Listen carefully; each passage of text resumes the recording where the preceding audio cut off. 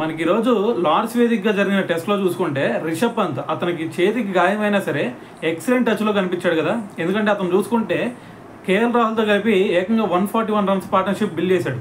అయితే దాని తర్వాత దాంట్లో అతను చూసుకుంటే ఏకంగా 74 రన్స్ కొట్టాడు. దాంట్లో కూడా మరి 8 4లు అదేవిధంగా 2 6లు కనిపించినాయి. మరి ఇంత టచ్లో కనిపించిన రిషబ్ పంత్ కేవలం ఒక అనవసరమైన రన్కి పరిగెత్తి మరి రన్అట్ అవ్వడం జరిగింది. సో అప్పుడు ఆల్రెడీ కాలు మనోడు ఇచ్చేసాడు. దాని తర్వాత నాన్ స్ట్రైకర్ అయిన నుంచి కేఎల్ రాహుల్ వచ్చేసాడు. మరి కేఎల్ రాహుల్ వచ్చే ముందు మనోడు అక్కడ ఆగిపోయాడు కాబట్టి మరి రన్అట్ అవ్వడం జరిగింది. సో ఆగకుండా అదేవిధంగా ఫాస్ట్గా వచ్చేసినట్టయితే రన్అట్ అయ్యేవాడు కాదేమో.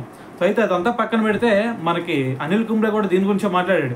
రిషబ్ పంత్ అనవసరమైన రన్కి పరిగెత్తి ఈ విధంగా అవుట్ అయిపోయాడు. సో మరి అతనికి గనక కొంచెం పేషెన్సీ ఉన్నట్టయితే ఇంకో 3 బంతులు కనుక తట్టుకోగలిగినట్టయితే ఆటోమేటిక్గా లంచ్ బ్రేక్కి వెళ్ళేవాడు. లంచ్ బ్రేక్ తర్వాత వాళ్ళ వ్యూహాలు ఏదైతే ఉన్నాయో వాళ్ళ వ్యూహాలను అమలు చేసేవాడు. సో అలా కాకుండా ఇక్కడ రిషబ్ పంత్ అనవసరమైన రన్గా పరిగెత్తి వికెట్ కోల్పోయాడు. సో మరి ఇంకో పక్కన చూసుకుంటే జో రూట్ అతను చూసి నేర్చుకోవాలి.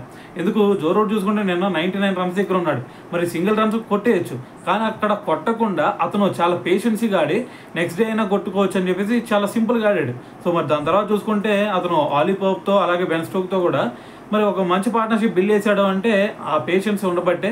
సో ఇక్కడ కూడా రిషబ్ పంత్ అటువంటి పేషెన్సీ అలవర్చుకుంటే చాలా బెటర్గా ఉంటుంది అని చెప్పేసి అనిల్ కుంబ్లే కూడా మాట్లాడాడు అనమాట.